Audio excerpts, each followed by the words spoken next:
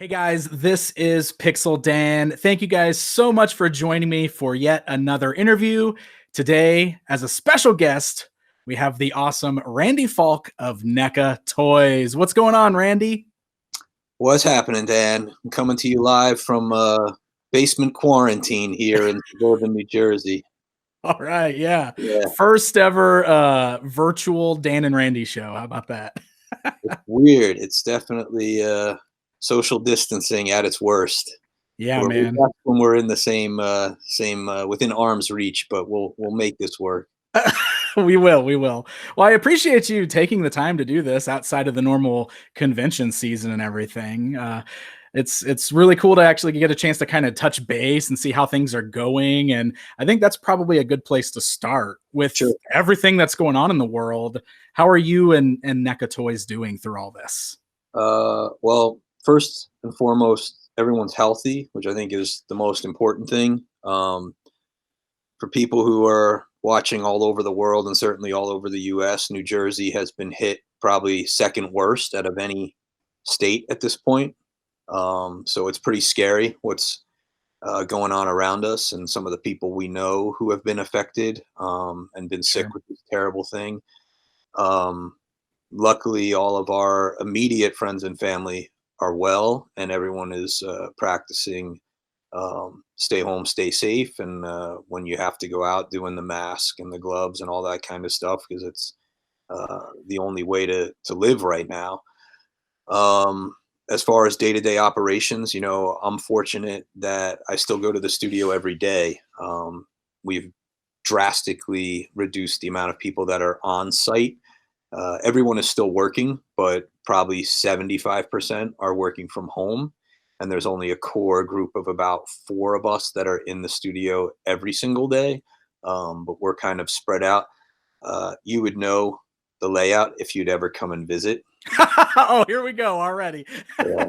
Um, yeah, it's too serious and too somber right now. So I had to throw a little Yeah. dig at you.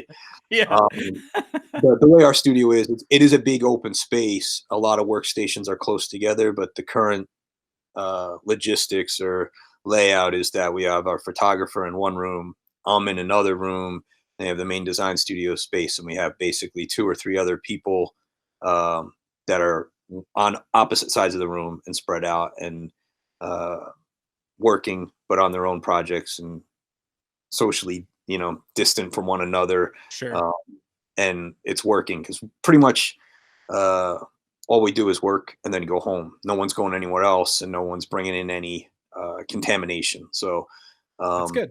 we've stayed at uh, capacity. It feels like even more than normal because there's less of us doing more work, so it's even busier than what it normally is. But we have not slowed down at all. So we have been developing like full speed ahead for this year and next. So there's a That's couple great. items left for this year that we're putting to bed very soon.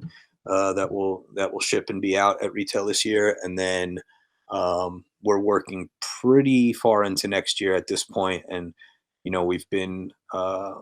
we've still been strong because of the situation and the relationships we have with Target and Walmart, and them being allowed to remain open, and the fact that they sell essential goods or have grocery stores within them. Um, we are still shipping new product to both of those retailers. Okay. So as far as like the economics, the company's good, company's strong. We're shipping new product. There's a ton of new product hitting next month at both Target and Walmart, and then the mom and pops that are still open. They let us know like if they are operating, whether it's just online and .com or whether their brick and mortar is open. We're if they want the goods, we're shipping them. Our warehouses are able to ship and fulfill. So while everyone's been impacted in some way financially, us less than most, which is a good position, to be in. We haven't had to like furlough anyone or let anyone go or cut back on development or like if anything, we're doing more than ever. That's so good to hear. That's awesome. And I'm really happy to hear that you guys are all healthy and able to keep working and everything. It's weird thinking that we were just at the Javits Center in New Yeah. York 2 months ago, almost 3 months ago now, but it feels like a lifetime ago. And it's Yeah, crazy to like realize that right after we left, that building became like a hospital. you're New exactly York. right. Yeah, for the either younger viewers who don't watch the news or people that are on the other side of the world that don't realize the facility in New York, the Jacob Javits Convention Center, where Toy Fair is always held. The third week of February, we were all there together. And then 3 to 3.5 weeks later, that convention center became a makeshift hospital. It is literally like wartime. The hospitals were past capacity and could not take any more bodies in. And the Javits Center became a hospital like you're in war. It's beyond scary, and I'm sure you see the news, and I don't want to be doom and gloom, but like morgues were full. They had refrigerated trucks for bodies because there were Yeah. dead. I mean, this is like uh, it's about as serious as it gets, and people um, on social media that get mad at you or me or anyone else over the most insignificant, trivial nonsense really need to put things in perspective, because this is life and death and what's been going on for the last 2 months across the world, and certainly to see what's happened to New York and New Jersey, like our home states and where we all, uh, live and our families are, and just to see the devastation. It's beyond comprehension, honestly. It's like something out of a horror movie, just without the zombies. Yeah, absolutely. Absolutely. Well, and that's why I really appreciate you taking the time to do stuff like this with me, because I think it definitely helps to kind of, bring a little normalcy back to everybody's lives, kind of check in, look at the fun things that keep us all happy and excited, like all these licenses and properties we love and the toys and stuff like that. So, Yeah, we really appreciate this, man. without a doubt. And you summed it up there very well, is that normalcy. Thank God I mean, I could work from home, but the fact that I'm able to still go to the studio every day and have a hand in creating something fun, and I have that escapism while it's still work. It is fun, so it's like you forget about all the misery and the politics and all the terrible things that are going on in the world, and just have fun, whether it's Ninja Turtles or Defenders of the Earth, or whatever we're working on at the moment. You lose yourself in that for a little while, and there's still that those moments where you're like, man, this is so cool, or this toy is great, or we get in our samples of what were supposed to be our San Diego exclusives. Right. They now will be available through other means, but it's like we get those first samples or that package sample in hand, and there's still that excitement where you forget about all the bad stuff for a little while, and you feel like, oh man, people are going to love this. And if anything else, as far as those items go, they should actually be easier to get this year, because it doesn't require you being at the convention. We'll be able to get more out there, I think, through other means. So it gives people, I think, more of a shot at getting some of these items than a typical convention year. Sure, that's great. That's actually exactly where I was gonna go next with all of that. I mean, I think it's pretty safe to say that right now we just don't know the future of conventions and when we'll be able to get back to that sort of normalcy with all those people in one small space. Yeah. So you guys are already kind of thinking ahead and how you might handle exclusives and stuff like that going forward? Yeah, I mean, certainly for San Diego and into New York, because it's unlikely that New York will happen in October. Again, that's speculation on my part, but I just don't Right. see that being possible. But at any rate, uh, being in the sort of epicenter of hell here early in March, I realized like we got to start thinking and having a plan B or plan C if all hell breaks loose, and very much so that's what happened. So there's still some stuff that's being worked out logistically in terms of how much will be online and then what's going to go to retail or brick and mortar.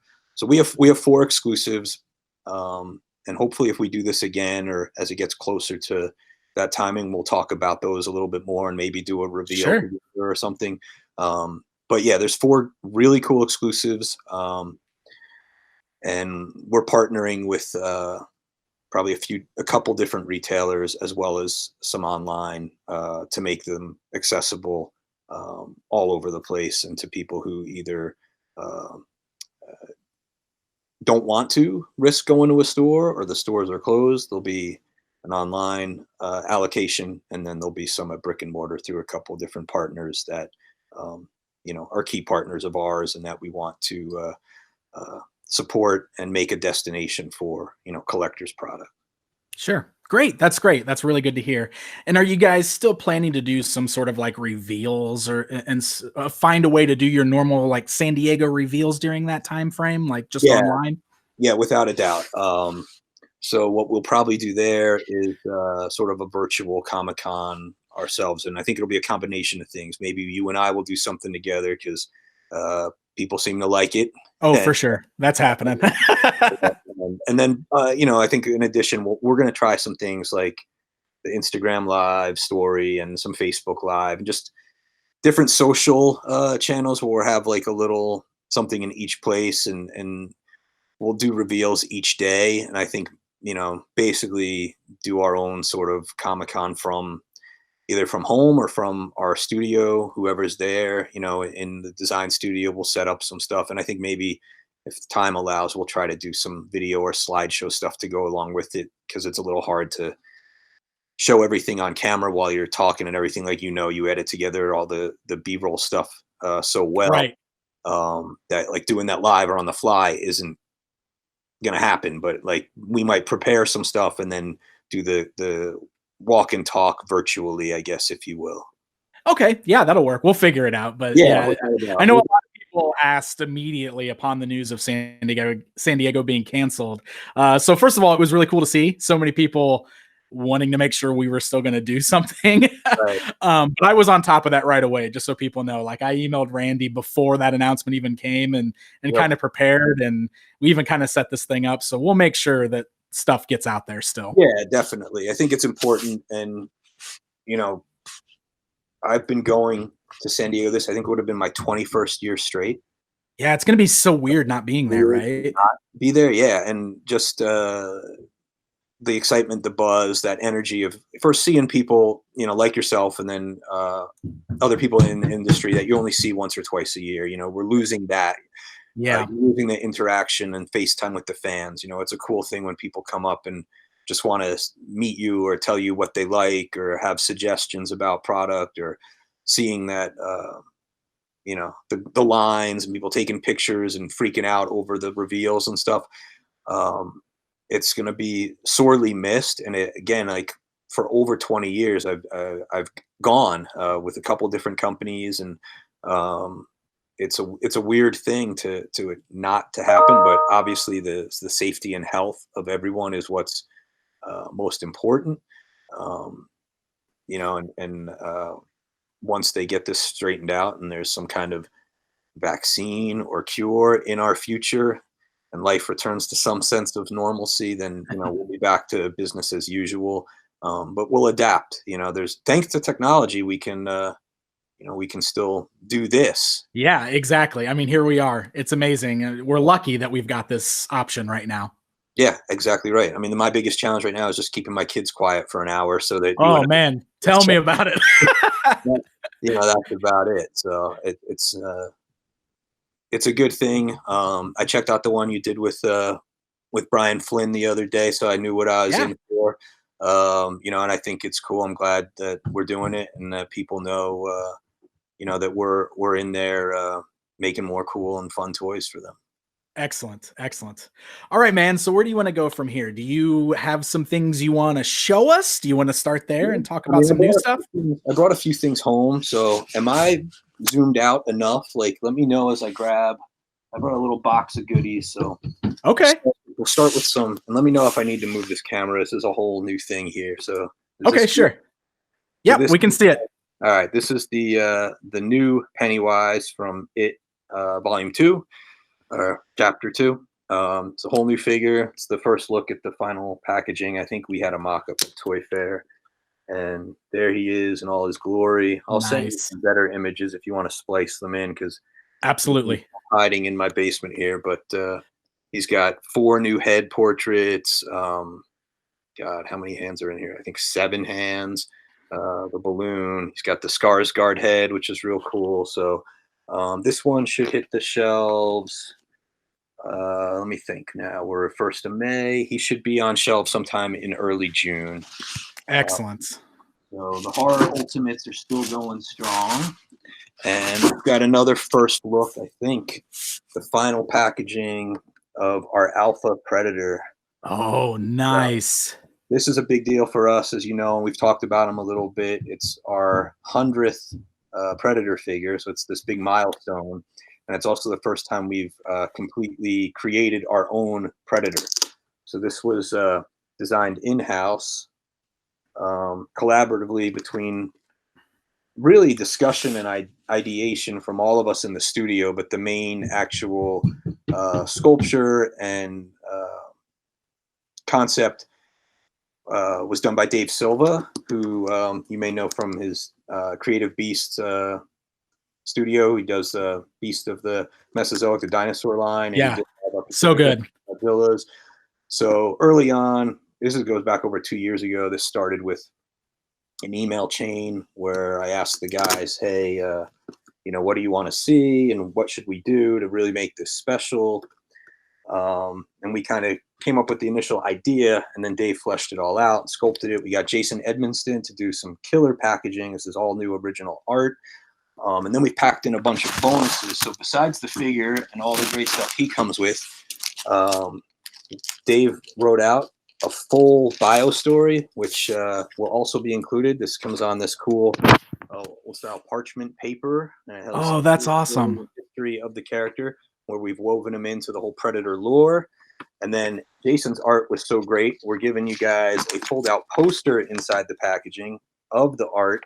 And it's two-sided. So on the back, you have the full visual guide checklist.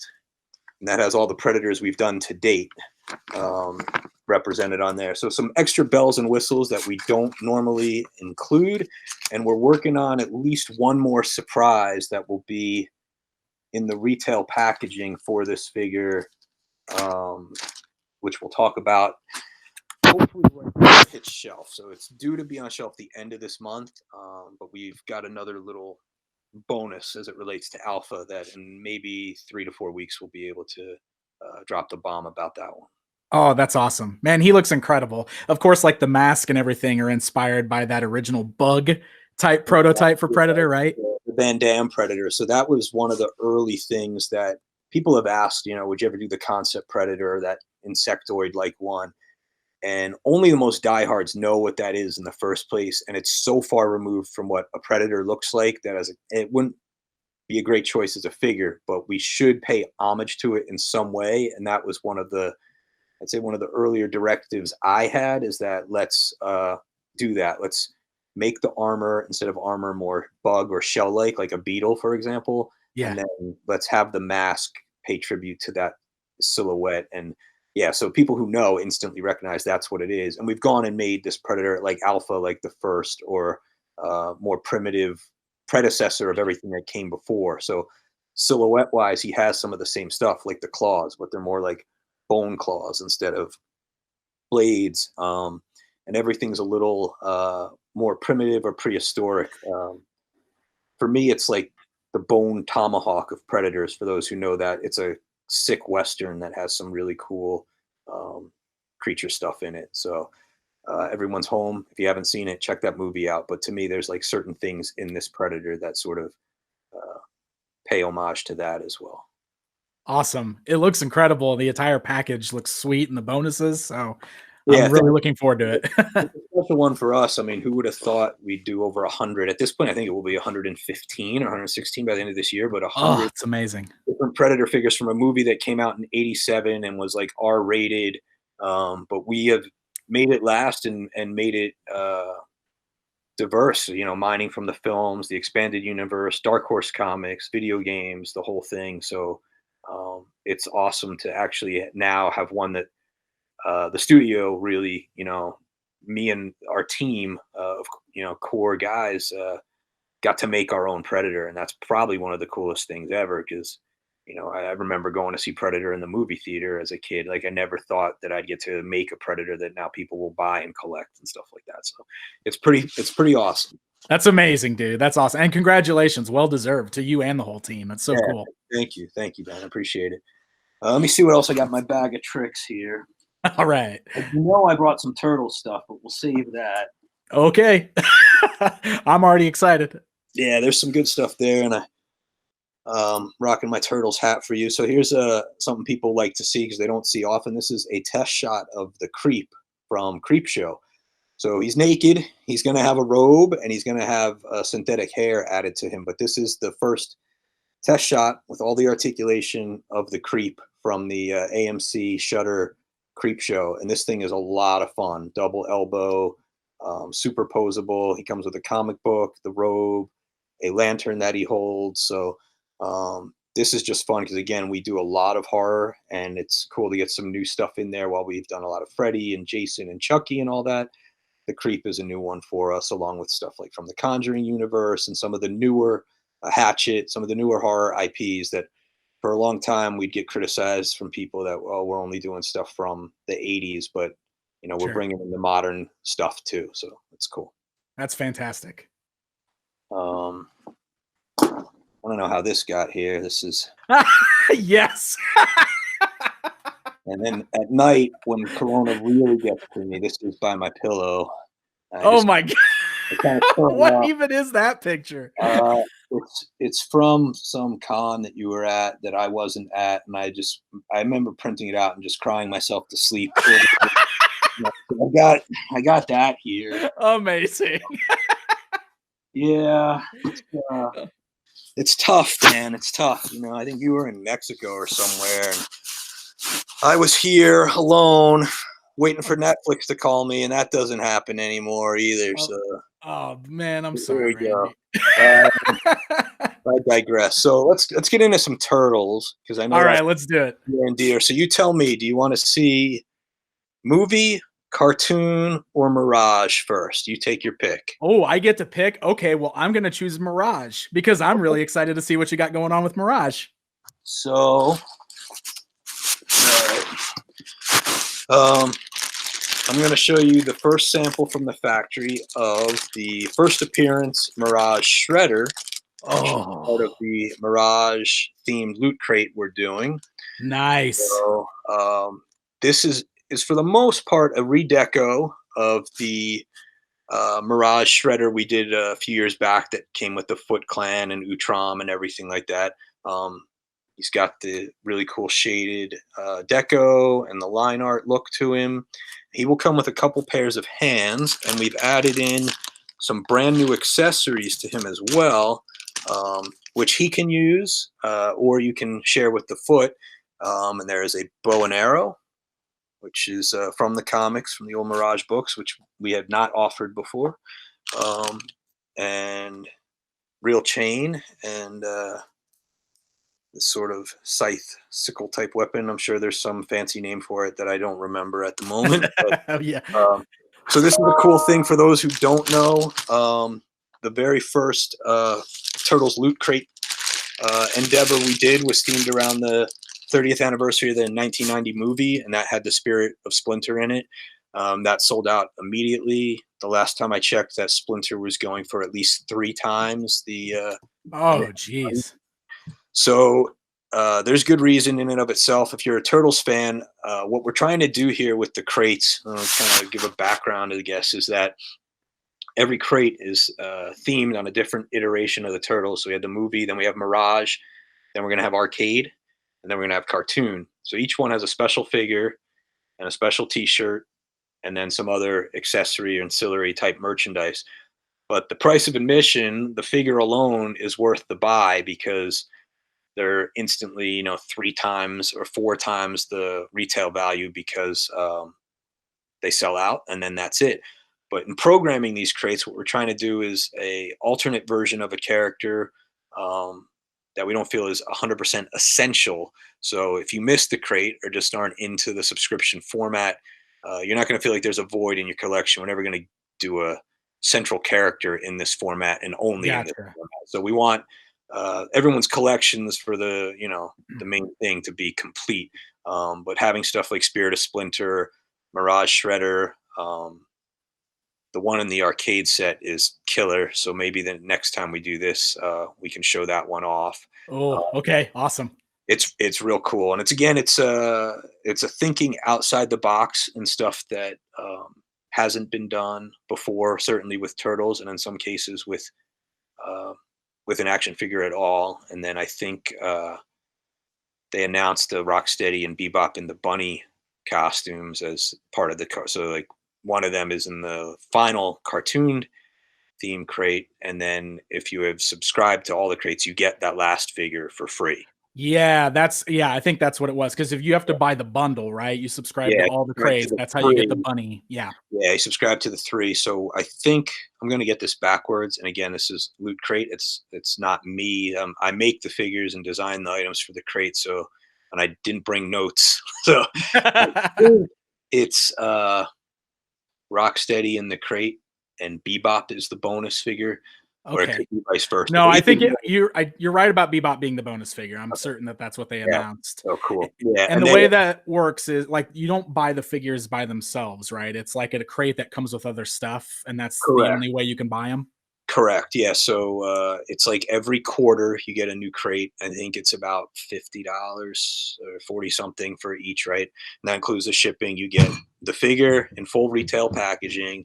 You get a special T-shirt, and then you get an assortment of other things. In the Spirit of Splinter crate, we had a Foot Clan headband. We had some pins. I think a patch. You have one.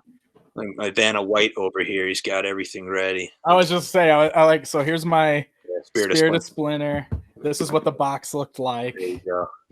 and when you opened it up, it had like the Yeah. pin, And the patch, the headbands, which I yep. should totally be wearing, and, and then the shirt. Yeah, there you go. A lot of So good, lot of good stuff in here. Actually, I like yeah, it. it's cool, fun turtle stuff, and it's like very much on the inside. I don't want to just put a T-shirt and then it's got a Turtles logo on it or whatever, because you could just go buy that anywhere, right? But if we make something that's like, um, there you go. Yeah, you like that? Yeah, Over my headphones. this is like Cobra Kai style here. But yeah, that whole thing is like very much for the collector, and it's fun fan service stuff. Um, and every crate again is themed. So in the arcade themed crate, you're gonna have a shirt that's themed around something from the arcade.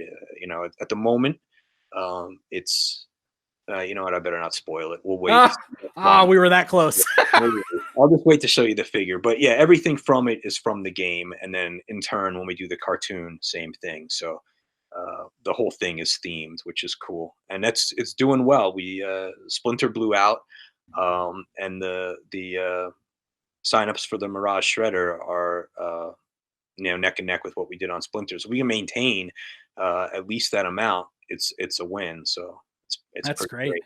So, do you think that is a possible way to open doors for more Mirage Turtles figures? I do think so. For us, it was also a test to see what kind of spawns because the movie stuff off the charts we knew already, and the cartoon is Sure. building and building with what we did at past conventions and what we have at Target. The Mirage has always been the tougher sell because people weren't as familiar with the comics. There's so many fans and collectors who didn't even know like that they all had red headbands or something like that, for It's example. amazing how often that still comes up. Yeah. Yeah. So it's like the Mirage stuff was very much underground, like indie press, indie comic that people just didn't know. And it was certainly a darker, grittier Turtles than what became Right, right. Wolf stuff and what have you, and the cartoon and everything. So um, it was way more underground. And it's even more difficult to convey that outside the US. Like the US at least has more of a knowledge or history with it. I think once we go outside the country, the awareness for the Mirage stuff is um, diminishes. Mhm. Um, but by doing this and bringing back a Mirage theme crate, it's cool to first have a different theme and different than what we're doing at retail, and it tests the waters and says, okay, if there's at least whether it's 5,000, 8,000, 10,000 rabid Mirage people, then it gives us something else that what maybe we'll do this one for specialty, because I don't think Mirage has a home necessarily at Target or Walmart, but like the way we're doing Turtles in Time with the specialty market, so we're getting stuff into Big Bad and Entertainment Earth and the mom and pops and the comic and hobby Right. might be a place where Mirage can exist. So again, we're uh, we're having different product lines, different versions in different retailers and channels of distribution. So Target's not competing with Walmart and Big Bad, and same, everyone's got their own thing because the markups are different. And Joel from Big Bad, he's not going to want to try to compete with the volume Target's buying. But why don't I give him a different turtle like the video game Slash that nobody else has at Yeah. the big box stores? So it's a win for everyone. There's more turtle stuff out there, and you can pick and choose your favorites because some people prefer the video game Slash to the actual cartoon accurate Slash. So it's like, okay, then get the cartoon one if you like it, or get the video game one. Pick and choose. You don't have to buy them all. Yeah, exactly. And that's kind of what I just keep saying. Like, it's amazing right now as a Turtles fan that we have so many options out there, all these different styles getting made as toys. I couldn't be Yeah, happier. I think it's awesome that we have the choices. Yeah, we think back to when we were first doing the Mirage stuff, and we were working with Peter Laird, and um, how tight our restrictions were in terms of one release a year at San Diego or New York, and that was it. We couldn't get anything in Yeah. specialty. We couldn't sell it into Toys R Us at the time when we were, a big partner there, and the stranglehold that was maintained by the Playmates with the license and stuff has loosened up so much in these last few years that it's allowed more people to play in that sandbox, and it's better for everyone. I know some people complain they can't find the stuff as easy as they want, but we're always making more, and if you're patient, it pays off. And again, more will be online, and there's uh, a ton more cartoon stuff coming into Target this year, and then Walmart starts the movie line um, by the end of June on shelf. Awesome. And that starts with the Casey and Raph It pack. does, and actually is a perfect segue into our Haha. item. This is really a sight to behold. Oh.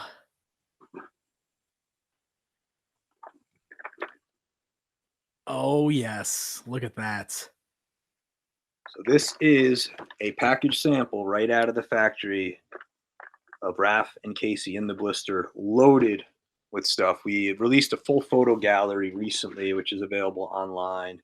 But this is the beautiful window box packaging with these guys in here, loaded with all Casey's sporting goods to fill that bag. And Raph's got the trench coat, the fedora, two different headbands, a bunch of different hands. We'll send you over some more studio shots if you want to splice those in. But this Of is, course. um, movie Casey. People waited 30 years for this.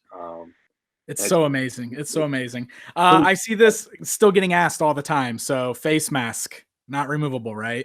It is not removable. There's eyes underneath, and that's it. So if you pry it off, the likeness is not there. It's worth mentioning that we absolutely did a full unmasked likeness head, um, and it was beautiful, sculpted by the very talented Trevor Grove, who's been doing a lot of our portraits the last 2.5, 3 years. Mhm. Um, the head is phenomenal. We made every effort we could to secure the likeness. Of the actor who portrayed Casey of Elias, but it just was not doable. Um, those who have been around long enough realize we go above and beyond to do these separate deals with talent, and have made things happen like Arnold for Predator, Ripley for Alien, all sorts of stuff, and now Back to the Future, all sorts of stuff that no one's been able to do. So I can assure you, we definitely tried, and we had the intention of having the two heads, but for various reasons, it did not come to be.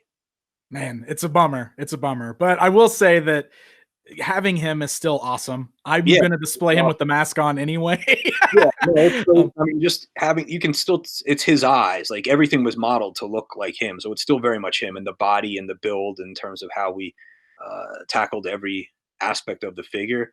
It is absolutely Elias as Casey, but unfortunately, he did not want to, use his face. And that's his prerogative, and we have to respect the decision and just move of on. course.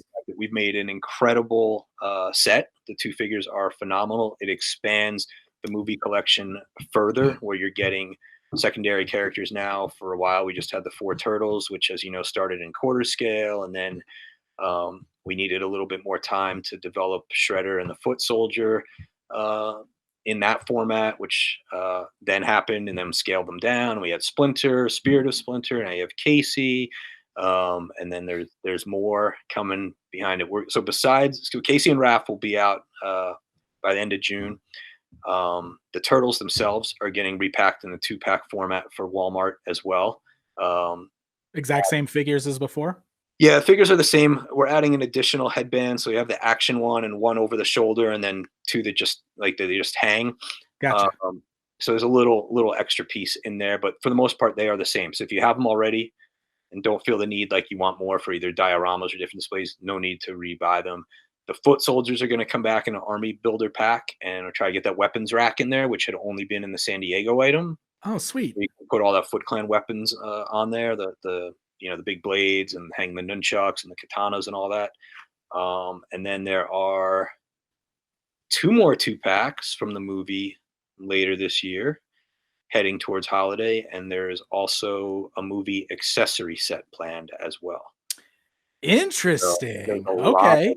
there's a lot of so that's just the first movie. In between all that, how can I forget? We had them at Toy Fair, Toka and Raza. Yeah. Which are insane. So I have test shots of them in the office. I did not bring those home with me because they are set up right now for blister layout photography, which we're finalizing the packaging for them, and Super Shredder, which will be not in a 2-pack. He's a standalone because he's a much bigger figure and has the cape, and he has a really cool. I think we had it at Toy Fair. The sort of staff with the axe attachment, which is kind of an so tall. He's massive. I mean, Kevin Nash is a big dude, and morphs into Super Shredder. He's even bigger. So yeah, we have.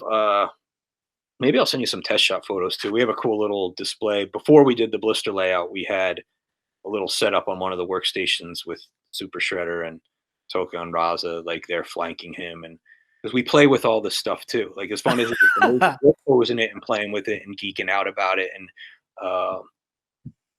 very recently, so we have all this time, right, being on quarantine and being in the studio and what have you. As an escape or just distraction, I've been trying to better organize or sort through some of my collection. So I have been collecting for seriously over 40 years nonstop, and the amount of stuff I have is sickening. But recently I unearthed all my turtles, which I religiously collected for the first, I'd say 5 to 6 years. I have every single piece, like mint in packaging, unpunched cards, stuff that's never seen like daylight. And I've been sorting and organizing and cataloging and then putting them into totes. So the other day I had like the old Playmates Toka and Raza out next to cars, and then couldn't help but compare some of the others like Metalhead and Slash. And hey, I'm not knocking those toys. They were a lot of fun, and I bought them all. So obviously, I love the original line. It's so fun. Card art was cool with all the different illustrations of them on the card, and I love the cross sell on the back where you'd see, like, holy crap, there's this many of them, and you'd have that little sort of checklist. So, like, I've religiously collected them, and now to look at, where we are some 30 years later from what I bought at the time, then I was graduating high school, I think, when I was collecting all those guys, and now to see like the versions we're doing and have that juxtaposition in the studio right now. I've got 4 totes full of all that stuff, and it's just a fun, like, sort of, geeky moment. Like, yes, this is my job or career, but I like eat, breathe, and sleep this stuff. So, like, I've always collected it and bought it, and now I'm lucky enough to just make some of it myself. Yeah, it's amazing, dude. It's so cool. And I mean, I did the same thing. You remember at Toy Fair, I brought Toka and Razar with me because I wanted to put the comparisons next to each other just to see the difference. It's amazing. Yeah, it's like 4 times the size, and then detail, forget about it night and day. But I mean, also those were like $4 each or something when they came out. Sure, yeah.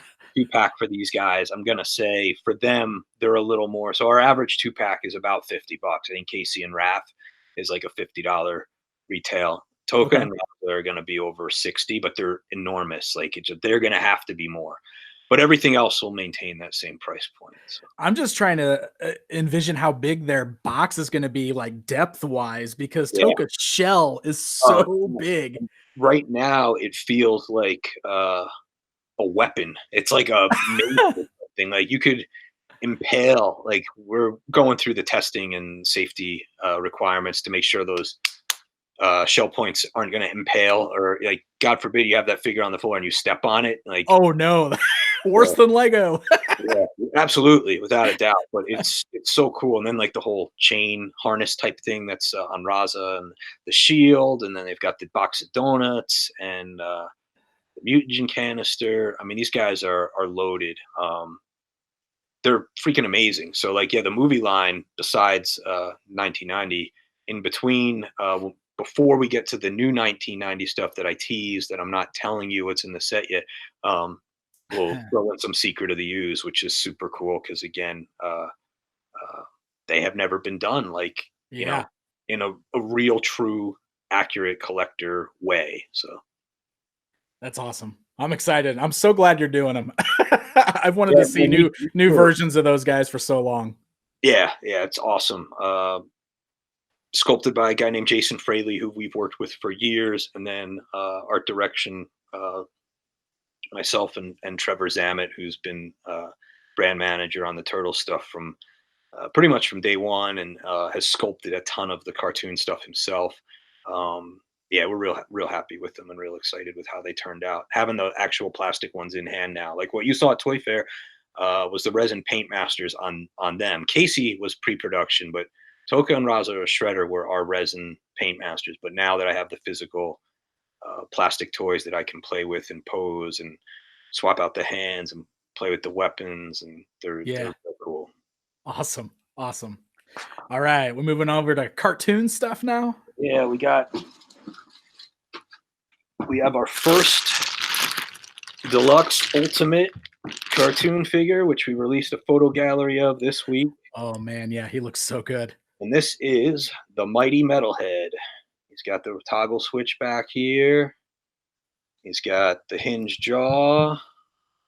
He's got, I have no nails. I've been cutting my nails real short because I'm playing guitar all the time as I'm locked in the house. Uh, chest opens up. Oh man. Has a little gun or blaster. No one likes the word gun anymore. That can plug in there.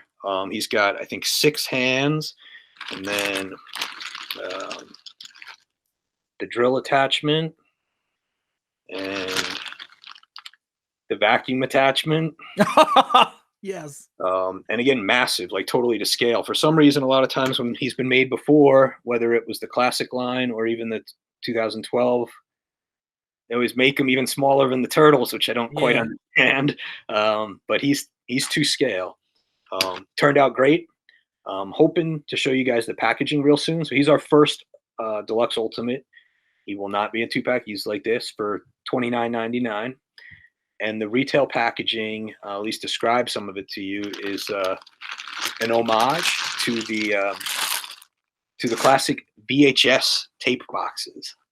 Really? Oh, Yeah, that's so cool. guys like I might be a little too old, but you're at the right age and maybe a little younger, who had the VHS tapes that would have 3 or 4 episodes collected onto them, right? Yep.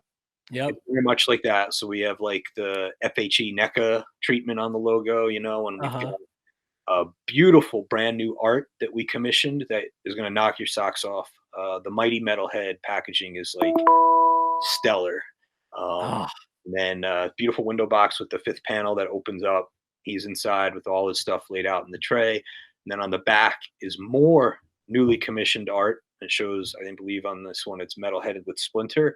And then we have little, what would have been screenshots of, the TV showing the cartoon. We have screenshots of the figure posed out doing all sorts of cool stuff.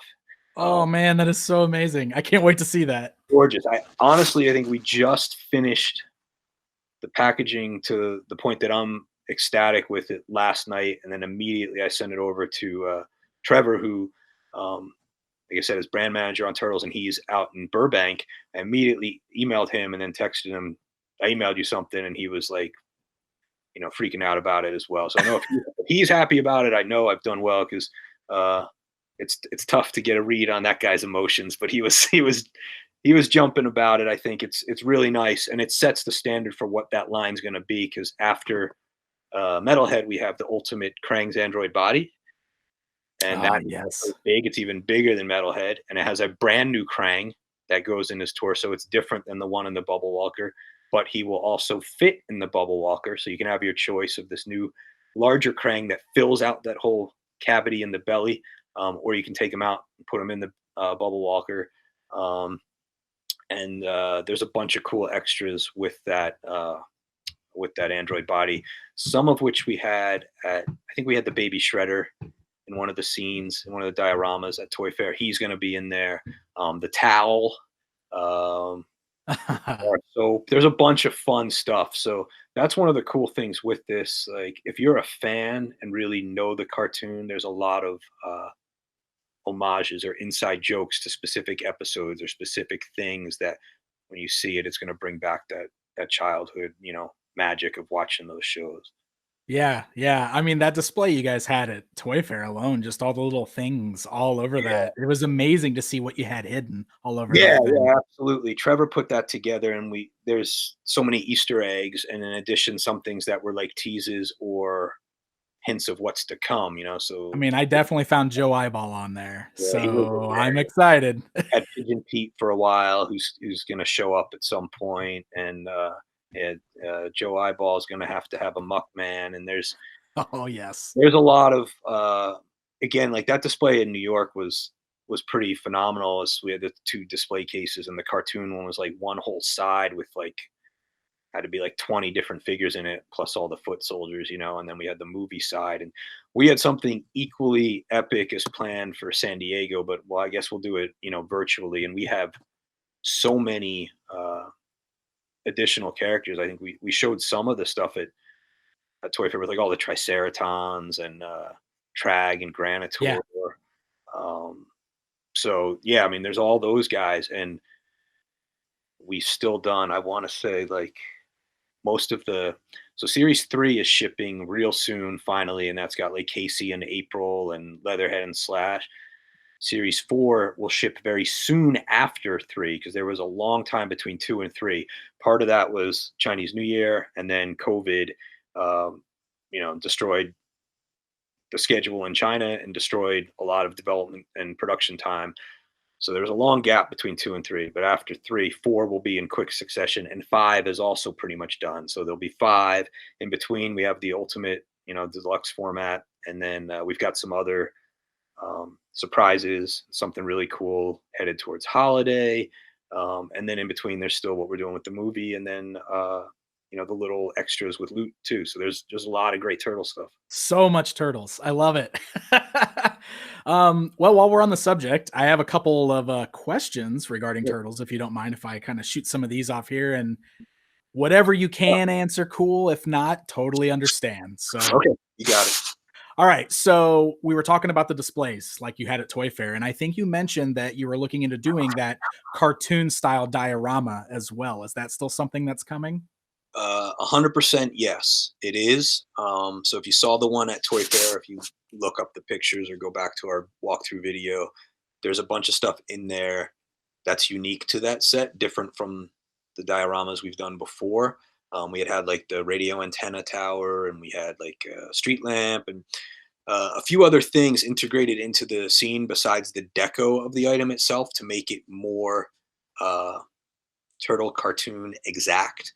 Sure. Um, those are all new items that require new tooling that had to be done, and those are in process. Our original plan was to offer it first uh, at San Diego, being that there is no San Diego, and that item is a big item, takes a little bit more time to make, and it really will not be an item that works at, say, Target or Walmart because of the size and the price point. Um, we're put it a little bit on the back burner just to get more of the figures out. Like I said, the delay between 2 and 3 Okay. was already longer than I wanted. So the focus was get 3, get 4 caught up, so 4 can come soon after 3, get 5 put to bed, and then the diorama will happen. I am pretty certain it will happen before the end of the year. It might just be specialty shop. Because again, I don't see it working at big box. The item's too big, and it's going to be at least, I don't know, $100 or $120 for that big diorama. But yes, Right. that diorama will happen. The street scene one, Okay. and Awesome. it has and Awesome. a bunch of new stuff to it, and I think a bunch of paper goods, posters, and inserts and stickers, things that make it absolutely Turtleverse specific, that have never been out there before. Awesome. Awesome. Okay, great. So I could sit here and I could just like list off character after character after character to see if you're interested in doing them, but I'm not going to do that.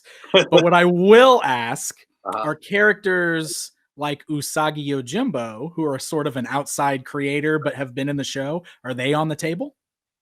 They're certainly on the table for us. Like, we want to do them, and I think he's an important one without a doubt. He's pretty high on our list in terms of what we would look to fill out the line with next year. But like you mentioned, it's like a dual license. It's not just Mhm. uh, Nickelodeon. Stan Sakai, who controls Usagi, so Right. we have to work out a separate deal and probably royalty or partnership with him on that. That conversation hasn't happened yet, but it doesn't mean it's not going to. We certainly want to get him into the line. Both Trevor and I have talked about it numerous times, and we're big fans of him. How can you not be? Like a samurai rabbit. I mean, it's Yeah, awesome. You know? of Uh, course. Of course. yeah, so I think as long as we can make a deal arrangement with Stan and everyone, all the parties, Nickelodeon, Stan, us, are happy, it'll happen. There are a lot of characters like some of what you've seen, and certainly stuff that existed in the cartoon that we all um, love and want to get to. Like a good example of Trag, right? He had a figure, but like Granitor never did, right? And then Right. the Right. Triceraton, you only ever had the Triceraton like infantryman. You never had Zarek or Zork. Like a lot of Right. people don't even know those guys' names, you know. Um, so we've been able to do a bunch of those. It's like we don't want to just do one. Like we want you to have them all. And like we're looking at all of them that same way. So say we tackle something like Napoleon Bonafrog, wouldn't it be cooler to have all the frogs? Of course. Yeah. So it's like once we go down that road, it's like if we start one, and it's like, well, we got to do all of them because then it's not complete, you know.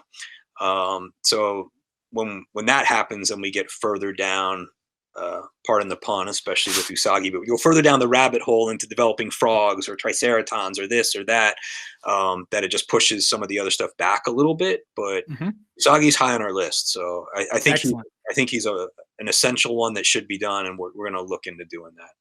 Okay, great, great.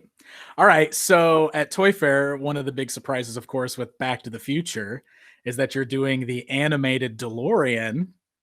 Yes, What's the possibility of seeing an animated party wagon for our turtles? that would be awesome. So the Turtles line has done really well and has been uh, growing um, series by series. And honestly, I think where it's headed in 3, 4, and 5 is the best to come because 2 was a lot of repaint or repack type of stuff, except for Rocksteady and Bebop. We wanted to get the series out there, and it was like Turtles repainted in style of guide colors and a Foot Soldier Army Builder. It wasn't a lot of new character content. But series 3, 4, and so on, it's all new characters. And as it grows and collectors realize we're building out the universe and doing so much, and by the end of the year, I was totaling this up the other day as we work on checklists and visual guides and things like that. The cartoon line is going to be something like 40 figures by the end of Oh, this year. wow. So it's Amazing. like, okay, we need environments. So besides the diorama, we're looking at, again, I'm just going to let you guys know this is like what goes on in the lab. This is us brainstorming. This is ideation. Some of this may not come to happen, but just so Right. you know, the stuff that Trevor and I have discussed, and at the very least, they're in the design stage. There might not be a physical sculpt or model, but we've talked about number one, a sewer lair that would actually reside under the street scene diorama. So you could buy it Oh, man. independently and it would exist with the environment with the turtles within the lair and have separate rooms. But if you have the street scene diorama, you can then modularly stack it and attach it on top, and then you have them underneath. And that's been fleshed out. It's all designed, certainly on paper, and then some 3D design for it as well. We would love to get that out there. We have certainly looked at a party wagon. Just this week, we were sending each other pictures of the new mystery machine that's out in support of a scoop. Yep. Yep. It's at Walmart. It's a pretty cool vehicle at a low price point. So we're looking at that and trying to find that trade-off, or how do you do something that's cool enough that will house all four turtles, but keep it affordable. Now that one is, I think that thing's great for what it is, and I like a lot of those figures. I've really happy that they did stuff like Muttley and Blue Yeah. Falcon, stuff like that, Captain Caveman. You know, so anyway, we don't want to go as budget or inexpensive priced as that line because it's just not what we're after. Like, but we want to do something that is a turtle companion, you know, to that and have a van. But so certainly the street scene diorama, getting that out there, and then a sewer lair that hopefully will connect to the street scene if you have it, and then a party wagon would be the next things. We've definitely talked about it. The line has proven itself. We have a more so the 2-packs are like $50, right? And we got the ultimates at 30. We're gonna have a more expensive item at Target. The plan is for holiday, so let's say in store mid-November. The idea is that it's going to be a nice Christmas item, but that's going to be about a $99 retail, about $100 retail. And if we can have some success with that, or show that they're able to move numbers in volume on $100 price point, it's going to open the door for what's next, and that hopefully will be stuff like a party wagon or a sewer lair diorama. And worst case, you know, if we get far enough with it and we're all in love with it, there's always other options. Like we do it through Loot Crate, or we do it through crowdfunding or something. We want to build it out. And it's now, like I said, 40 something characters. You need the environments and really enhance the display and playability and stuff like that. Amazing. I'm so excited. Yeah, there's not even more investment. And again, I'll preface it with people say, "Oh, you promised this, you promised that." This is ideation. This is me telling you, like, we're talking about this. We're drawing stuff. We're designing stuff. We're hoping to make it happen. We have a pretty damn good track record, certainly as it's come with Turtles and how it's grown over the last several years. So I think it's a pretty good chance that some, if not all, of those things will happen over the course of the next year. Just that's amazing. That's so amazing. All right. Okay, so quarter scale turtles. Yes. Will we be, I know you showed an animated at Toy Fair. Will we be seeing any of these new movie characters in the quarter scale? Yes. So we showed animated Raphael at Toy Fair, and we're doing all 4 animated. And there's a really cool feature with their heads that we're going to show you in the near future. But the design on this is pretty innovative in that there's a modular aspect to it. So you will be able to swap out parts of their heads seamlessly and mix and match to create different expressions with all your turtles. So obviously the bandana color is always character specific, but you're going to be able to move that around with either different mouths or different eyes to, if you buy all the quarter scales, have a variety of different facial expressions across all of your turtles, which is a pretty cool and I'd say innovative feature that we're putting in there. In the time that we were developing the cartoon turtles, we began the process of working on expanding the quarter scale movie line. And as you know, Shredder and the Foot are out there. The next go-to in the quarter scale movie line would be Splinter and Casey Jones. So those are in the works for the quarter scale format. They won't make it to market until next year, but we have them already like engineering pilot models at that size, which is larger than they were originally sculpted at. So we have to go in and improve or refine or redetail some areas once we've blown it up, and then maybe rethink some articulation and some just certain aspects at that larger format to make it work. But the movie line will continue in quarter scale, most likely with Splinter next and then Casey Jones. Excellent. Excellent. All right. Okay, so I've got one more question relating to turtles, and this one is more to kind of gauge interest, I think, because I see these questions get asked all the time. People always want me to ask these questions. So you've got all these different versions of the turtles that you're already doing. You're doing movie, you're doing the original cartoon series, you've got Mirage, you've got video game. Are you guys interested in doing product on some of the other iterations of the turtles? Most notably the 2012 Nickelodeon series, the IDW comic books, the Archie comics, the 2003 series, Out of Their Shells tour, any of that stuff. Man, I wouldn't rule out anything, but there's only so much disposable income that anyone turtle fan has at this point. Sure, of course. Certainly, a lot of people are facing economic hardship. We really only talked about the health issues before, but thankfully, I'm gainfully employed and working harder than ever. But there's a lot of people who have lost their jobs or had their pay cut or financially are affected because of what's happened this year. So I think we have to be conscious of that and to not put too much product through the system at once. And again, that's also why we always try to stagger our releases as much as possible and not drop a ton of things at one time.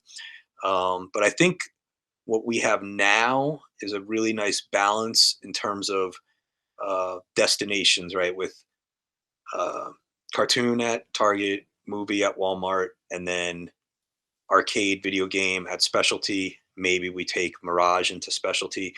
I think we'd have to look midway into next year before we have any room to breathe about trying one of those other formats. I don't even know if 2012 would be allowed to us because it's so recent and there's people don't realize. I know you know more about what goes on behind the scenes. There's a lot of restrictions still in what we can and can't do. I mean, look, God bless Playmates. They've been doing it since day one, and like I mentioned before, I collected their line for 6 years almost. So certainly they've been Master Toy since the inception of Turtles as toys. They have every right to be protective and conscious about what they want to do with the IP. I'm happy to get to do what I get to do. And again, it increased dramatically in the last few years. So I think for the next year, we're sticking with what we're doing. It's working and it's servicing different customers at different channels of distribution. But we would look to try some different things outside of that. I think stuff that's funny and off the wall, like the Archie stuff. Ken Mitchrooney did art for us. He did a bunch of the Archie stuff. He did art for our carry case a couple years ago.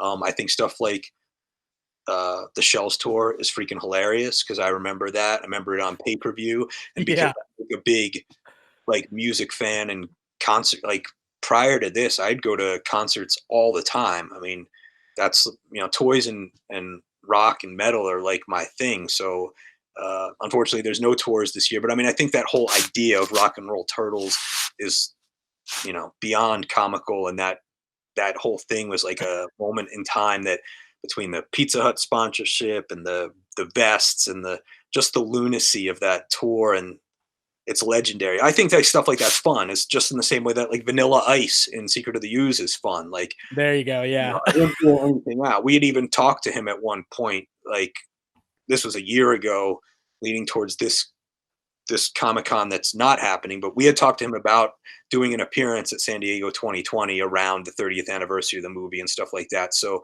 I mean, I think like the kitschy, weird, funny stuff works, certainly with a brand like Turtles. It's kind of tongue in cheek to begin with, So it's none of it's a no, but I think we're pretty crowded right now, and then we kind of wait and see what happens. And also, the loot crate format is a good way to test things. If we continue doing the crates, maybe we try a crate that has IDW and has IDW themed items with it, or or we do something like the Archie stuff, which it's all cool. It's all different take, different spin. I like it, but there's only so much room out there and so many pegs on the shelf. Of course. Awesome. Well, man, that's a lot of incredible Turtles news. So thank you so much for all of that. Absolutely. It looks like we have a lot to be excited for, regardless. So without a doubt. Yeah, I think like there's a little bit of a lull or backlog in this first quarter of the year between the virus and Chinese New Year. Like for people who don't know, Chinese New Year, everything's shut down in China for 3 weeks normally Right. for holiday. The virus hit right at that same time, and then when workers would normally return to the factories, weren't able to due to quarantine and government restrictions for health reasons. So everyone has been slowed down, like in the same way. Even a big company like Hasbro would like to have more Baby Yoda stuff out there. It's Right. finally starting to hit now in May, but the show was on in November and December, so um, we all face the same challenges. Everything's manufactured overseas, be China, Vietnam for some companies, and then you had uh, the holiday, and you had COVID, and you have what's been going on in our own country. So again, priorities. New toys are being made; they're going to be out there, and it's a matter of patience. And the good thing, at least for us on Turtles, is like the gap between 3 and 4 has tightened considerably. So you'll get series 4 a lot sooner, which is really cool. And there's great stuff in there like Splinter, Baxter, Tragon Granitor, Roadkill Rodney, the Triceraton Infantryman, all brand new stuff. Excellent. All right, man. Very cool. Well, did you have anything else you wanted to show, or I've got a list of questions I can run past you if you're ready for that. Let me show one more thing. That's Okay. something we're launching very soon, within the next week or so, and it's another subscription based partnership with Loot Crate. It is not a figure, but it's something that's cool for an old toy collector and monster guy that I'll give you a look at. All right. It's a little different than what we normally do, but we are doing something real cool. Hopefully, some of your viewers remember a great company that was also a Jersey company called Remco. Oh yeah.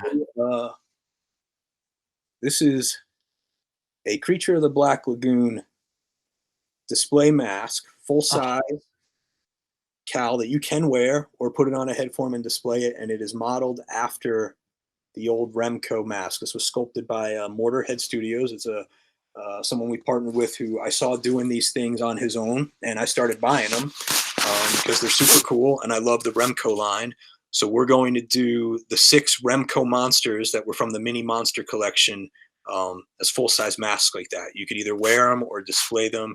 It will be Creature from the Black Lagoon, the Wolfman, Phantom of the Opera, Frankenstein, the Mummy, and who am I missing? Who am I missing? Frankenstein, Dracula. Did I say Dracula? y- That's 6. So it's basically going to be about one every 6 weeks. We're announcing it soon. It will not be at retail. It's direct to consumer. The packaging is a beautiful homage to the old Ben Cooper or Don Post Halloween costumes that we had as kids. yeah. Like a corrugated box with the color printed on it, and it's just really fun and harkens back to like the way costumes were done in the early 80s, the way the Remco Monster line, which is one of my favorite uh, toy lines that didn't have a long shelf life. There were 6 figures and they did them in regular and glow in the dark. Most of them sculpted by the same guys who worked on Kenner Star Wars back in the day. It's a fantastic little line. It's a fun, different thing that no one else is doing. So no one's seen it yet. Like I said, we're announcing it, going public with it very, very soon. That's awesome. What a cool idea, too. Very cool stuff. Yeah, and again, it's like someone was doing this themselves, like out of their own studio. He was doing commissions, and he just thought it was cool. He was doing other masks like Kenner Cantina Aliens and things like that. I started buying some of the guy's stuff just 'cause I think it's really neat and displaying it in the studio. And then I was like, you know what? We're looking to do more with Universal Studios and Universal Monsters and other things going forward. They were like, no one's doing anything with this Remco stuff, and there's such a great feel and look to that. And I love the nostalgia play. Like anything Yeah. that can give me that feeling of being 8 or 9 years old again and playing with those monsters with my brother. We had the Monsterizer, the Energizer thing where they glow in the dark, and the little playhouse, and um, I think that stuff is what uh, turned me on to like Freddy and Jason as I got older. But I Of love those. course. So this is a fun way to do something. I think it's cool for the guys that know what it is, that will appreciate having these snaps, whether they wear them or display them. They just look cool. Awesome. That is so cool, man. All right. So I've got a bunch of questions then that are just kind of about various lines, various licenses that you have. So I'll just kind of fire away at them and whatever you can talk about, that'd be awesome. You got it. All right, man. So let's go back to Predator and Alien. We talked about that a little bit earlier on. Mhm. But one of the questions I wanted to ask was what the response has been to the retro Kenner style Alien and Predator figure that you guys did, and if we can expect to see more of those. Yeah, the response has been pretty good. They were certainly fun to do. They had been on our wish list for a while. I think we will do more. It'll probably be in next year. I guess this year is jammed, and again the backlog. Plus, we had the 40th anniversary collection in the works for Alien for a long time, as I've been trying to secure talent rights that we didn't have before for like Ian Holm and John Hurt and stuff like that, so we could finally do everybody in Nostromo with their likeness.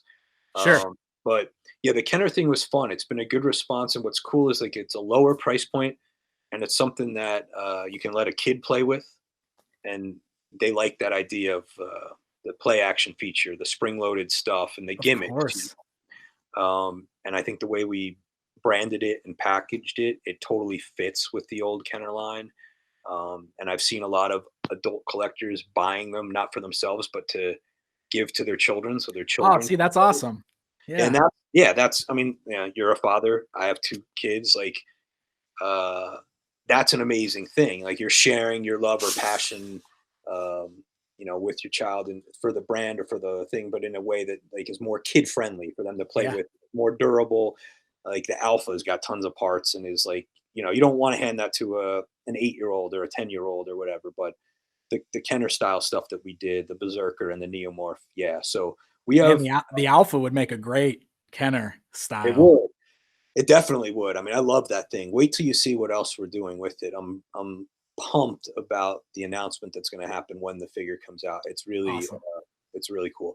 But yeah, we designed I think 6 when we first conceived the line and started with 2. We did one from each. Like let's test the waters and see how it does. But we Right. designed out 6 of them, and they were done by Josh Sutton, ERA Sculpture. I don't know if you know, he does a ton of stuff for everyone. He's a freelance guy in the industry, and I think he really captured the aesthetic we were after. I think besides the stuff that we drew out, we sent him a bunch of the old Kenner figures and really tried to nail that look and feel. So yeah, I think we will do more, but it'll probably be next year. Okay, great, great. So speaking of Kenner stuff, you know that I've been a big fan of the Kenner homages that you've done throughout the Alien and Predator line. Mhm. So we're gonna still see more of those. Are you gonna try to get to all of the stuff that Kenner did? Yeah, yeah. I mean, we just released the Rhino, which is massive, So cool. Yeah. and Drake. So there's a Marine out there now with the Rhino, and yeah, we will. I mean, I would love to do all of them. As we were designing the ultimate versions of all the Predator 2 Predators that we're doing this year, we were forward thinking in terms of new armor and new accessories that we were designing and implementing into them on certain things that might be able to be reused or carried over into some of the Kenner Predators, because we've done pretty much all the Kenner Predators that ever came out, but there's Yeah. like a lost wave of prototypes that people know of. Oh, that's right. That's right. That's right. Like Yeah. forearm one, and there's like a water one, and there's a bunch of really crazy stuff. There's another futuristic one that we want to get to because we've built out this sort of whole lore and backstory to all those futuristic looking predators, like the one that's Right. the green one that's called the Borg or the Lost, and like a spike tail, like all those techie ones. So there's another one of those we want to do. So yeah, I think um, we will do them. Killer Crab Alien. Yeah, without a doubt. And there's more stuff with even using some of the Rhino parts. There's stuff like the cougar, the night panther, the boar. Yeah. There's Yeah. a lot of fun stuff. Certainly, there's even more with Alien that we haven't done. We wanted to get our 40th anniversary thing, since we're basically coming up on 41 years now from the original Alien. We wanted to Right. get that stuff out there because there's like at least 9 figures in that collection. So that became a focus once I was able to get all the rest of the talent rights. But now that as that stuff comes out, we will be expanding on the Kenner homages and expanded universe. Because honestly, there's not any new film for either franchise on the horizon, so we have to look to the video games and Sure, sure. Kenner and Dark Horse. Thankfully, there is 30 plus years on Predator and 40 on Alien of stuff to mine from. So yeah, we definitely will do more. Awesome, awesome. Okay, and I think in the past you have discussed the possibility of doing a diorama for the alien stuff. Is that something you're still looking into? Yeah, without a doubt, we've had we did the power loaders. That's sort of like the vehicle, right? And then we have Right. a corridor that we've had at a few different San Diego's and toy Yeah. fairs and stuff. And yeah, we are trying to make that happen with the strobe light and I think an alarm sound and stuff. Price is the biggest issue. I mean, play sets even for big, uh, you know, Marvel, Star Wars, big brand lines just don't exist anymore. So it's tough. Um, Stuff like that may have to go the route of crowdfunding, which again is something we have not done before. Ah, and that was a question on my list. If Yeah, so crowdfunding is something you guys were would ever look yeah, into for stuff like that. it's possible. Loot Crate has their own sort of crowdfunded platform called Loot Launcher, and since Right. we're so integrated with our relationship with them at this point, we might look at that as an option. There's a few things that I have in development that we haven't talked about that aren't turtles or aren't alien, aren't predator. Crazy stuff. I mean, I've got uh, a massive uh, Jaws shark right now that I don't want to make any smaller. It's freaking 30 something inches. And I know I'm not getting that in the Target or Walmart, but I also don't want to compromise the thing. Like we've got a fully articulated structure and we've got Oh, so uh, cool. articulated jaw and fins and a coating that actually feels like shark skin. It doesn't feel like a plastic toy or look like ABS or PVC plastic. So we're spending a lot of time on development on this thing and really doing some groundbreaking different things with it, um, and not wanting to compromise on any of that. I have to wait and see where I end up on cost and then try to figure out how I get that item out there or prove there's enough of an audience for it. So I think we do have to start to explore some of those means, because if I went to Target or Walmart, they'd say no way. And I think if I go to, uh, you know, uh,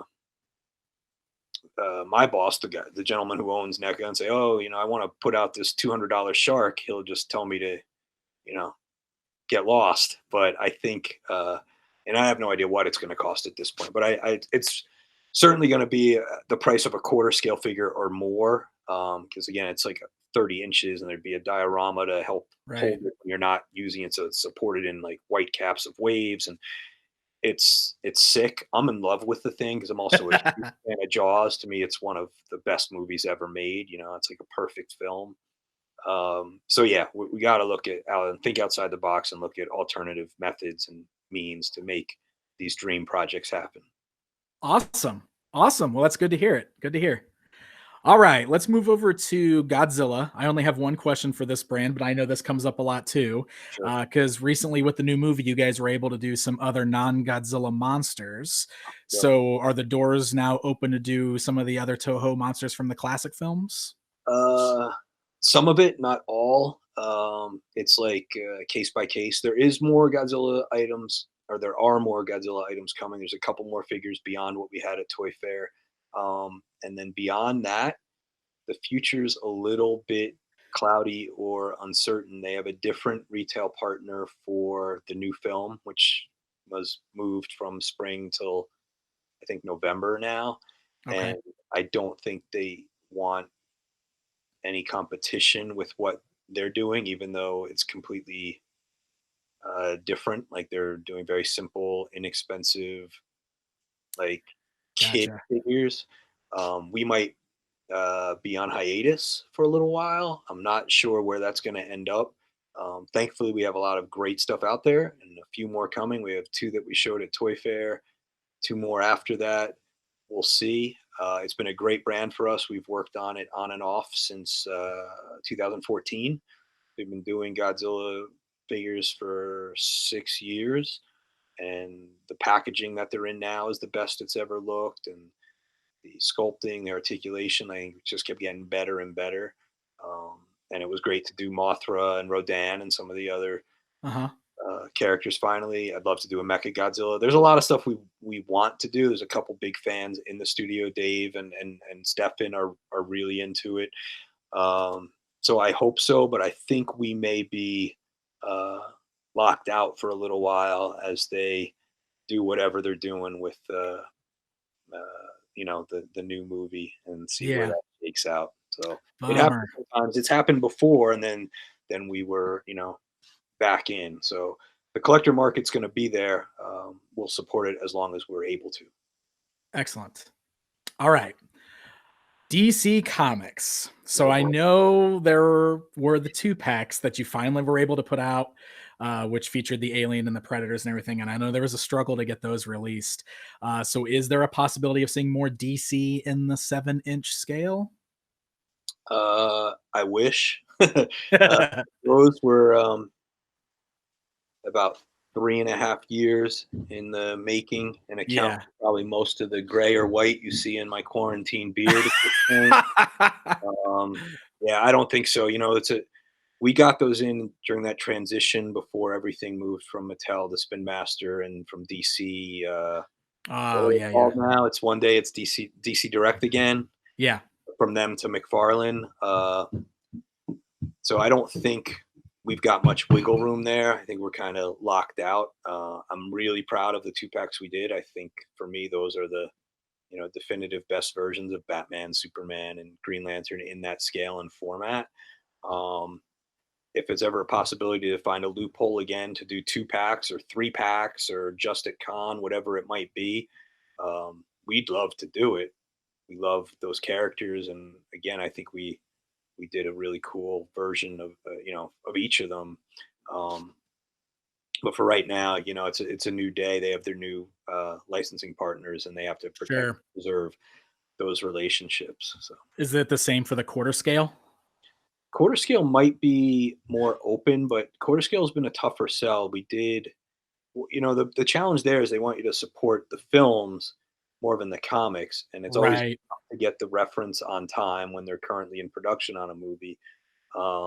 And we did pretty well with the classic films like Batman Returns, a couple of different DeVito Penguins, and a Pfeiffer Catwoman, and a Keaton Batman. But then, like the more modern films, like a Man of Steel or Wonder Woman, they did okay, but it wasn't great enough numbers to pursue it where we could focus our efforts better for more, return on Right. investment. So same with the Marvel films too. Like we did killer with Deadpool. Like, our Deadpool was comic, it wasn't even film, but Deadpool is Deadpool. We did like 3 versions of him, and he was off the charts. I got the big, Yeah, the big giant, crazy one over here. yeah, he was nuts. So we had He's him amazing. plus the X Force version, the regular version, the Ultimate version. But then, like, we did a killer Spider-Man from Homecoming, super Yeah. articulated, swappable eyes, ton of hands, and it did like okay. It wasn't not bad. Ah, It wasn't the volume we'd like to see on something like when we do Turtles or maybe even sure. Pennywise. So it's like we gotta um, prioritize and focus the attentions and time and development, production. All the resources go to what is most cost efficient and effective.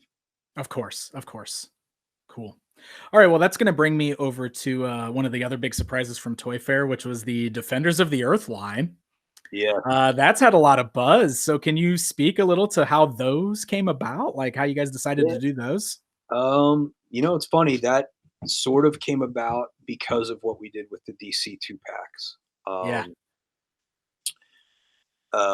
Doing that classic like spandex superhero type of thing really whet our appetite for more. So we start looking at, well, if DC's off the table, and certainly Marvel is because Hasbro and Diamond and what have you. So it's like, what else is out there that we could do? And one of our sculptors who DeGeorge, you probably know, Yep. uh, Yep. most people in the industry know him. He's a hard guy to miss, and he's one of the nicest guys out there. And he's worked, Super good dude. I love him. yeah, excellent guy and super passionate and full of great ideas. And he's worked on a lot of stuff from DC to He-Man, uh, you know, a lot of our stuff like those DC heroes and God of War, all sorts of things. His credits are endless. So, anyway, he came to me with sort of proposal of, I love this line. I have all the Galoob stuff, AFA graded and blah, blah, blah. And I said, God, you're even worse than I thought. And said, we could start with this body as sort of a buck and build from it. And what do you think? And now I remember Defenders. I was more into Joe and He-Man at the time, but I love Flash and Ming, like always did. I loved Yeah. the 80 movie with Sam Jones, the Queen soundtrack. I love that. I love the Filmation Flash Gordon cartoon. So I was like, you know what? Sure, like let's give it a go. So then I reached out to King Features, who has the license, and this all started a little bit over a year ago. Actually, that's how it began. Was just he had the idea and said, "What do you think about it?" I said, "Let me see if the license is available, and let's figure out how we can do this and start developing." 'Cause it's sort of a forgotten line. It was a pretty cool cartoon. It's streaming, I believe, on Amazon Prime. So for people watching who haven't seen it, check it out. It's pretty fun, um, and it has classic. All these superheroes were around before Marvel and DC, which Right. some of the younger fans may not know that, like Phantom and Ming the Merciless, Flash Gordon. They all Mandrake. Like, these guys predate all that stuff. So for us, it's kind of cool to bring back a line that is a lost, forgotten gem from '85, right? To play in the superhero space and maybe educate some of the younger audience about these classic comics and these classic characters that haven't been on the toy shelf in a very long time, and to pay tribute to the classic art and ways they were portrayed in those old comic strips and old comic books. And I hope it does really well. I'm not sure we're bringing Defenders out this year because our year is super, super crowded. Uh, Okay. they are happening. I think it starts with Flash Ming and Phantom, and then Lothar and Mandrake will come after. And we've done more figures beyond that and more figures than what we showed at Toy Fair, even. Um, we wanted to show them and get the buzz and see what the reaction was. And I think it knocked a lot of people's socks off. They just forgot about it. And then we're Yeah, happy. man. And it was a simple but effective display with the Earth and sort of that weird, like, forced perspective, 80s style grid, Yeah. the way we had them displayed and like flanked there and sort of like a V formation, I guess. But it just looked cool. And then people were like, holy crap, I forgot about this. Um, so response is better than I thought it would be, which is good. That's Uh, great. Yeah. and in turn, I think it will turn some newer fans on to those characters and educate them a little bit about those comics and what predated Marvel and DC. Kind of really where it began. Sure. Do you guys know yet where those are gonna be available or how you're gonna offer them? Yeah, I'm thinking they will end up at Target or Walmart, one of them for sure. I Okay. think when we start, like I said, we'll start with the three. We won't put all five out at once, so we start with the three and see how it goes. If the sales are what they need to be, and I think they will, then um, it will continue there. But I think it could work there because there's a pretty loyal NECA follower, NECA collector now that knows, as we're a year and a half into the Target relationship and the entertainment section where we are there. And the Walmart presence is expanding this year. So that's important to note. By September, uh, more stores and bigger footprint. So there'll be even more NECA product in Walmart. So people who maybe haven't seen it there yet, or it's not in the store closest to them, it probably will be in a few months. Yeah. So I do think the idea that we have so many different licenses, so many different figures, there's always something new. It's been a little quiet lately just because of Chinese New Year and COVID, but Sure, of like course. that's expecting. It's been that way for everyone. But by the end of this month, and certainly throughout June as we hit all the new turtle stuff, and we've got a bunch of horror stuff coming too. Um, it's just like off the charts. It's going to keep going all year long, all the way through Christmas. So I think that Excellent. we'll end up there. I don't think it needs to be just at hobby. There's some fun stuff I'd love to do, filmation or classic comic versions once Oh we yeah. get the vendors. That maybe we would look to being more of a specialty item and have sort of like we do with turtles, have a different iteration at a different destination, you know. So we might do something like that because I love the classic. I have all the old Mattel uh, animated Flash Gordon figures from '79 and '80, you know. Uh, Yeah. so yeah, I think it's gonna. I think it'll be good. If it shows it has legs, it will expand, and we'll do like the actual comic or filmation versions too. That's awesome. That is so cool. Well, that actually wraps up all the questions I had for you, Randy. All right. But I really appreciate you taking the time to chat with us and give us so much inside information. And if you're up for it and this does well, I'd love to do this with you again. Maybe we can put out a place where people can ask questions and everything. We can get together again. Yeah, I mean, I'm happy to do it. I think it brings a sense of normalcy or reassurance to the fans that like we're here, we're alive and kicking, and working on a lot of great stuff. Um, I always enjoy talking to you. I think I've behaved a little better than normally today, but it's a more somber thing, and I'm again hiding out down in my basement, praying my children don't interrupt us.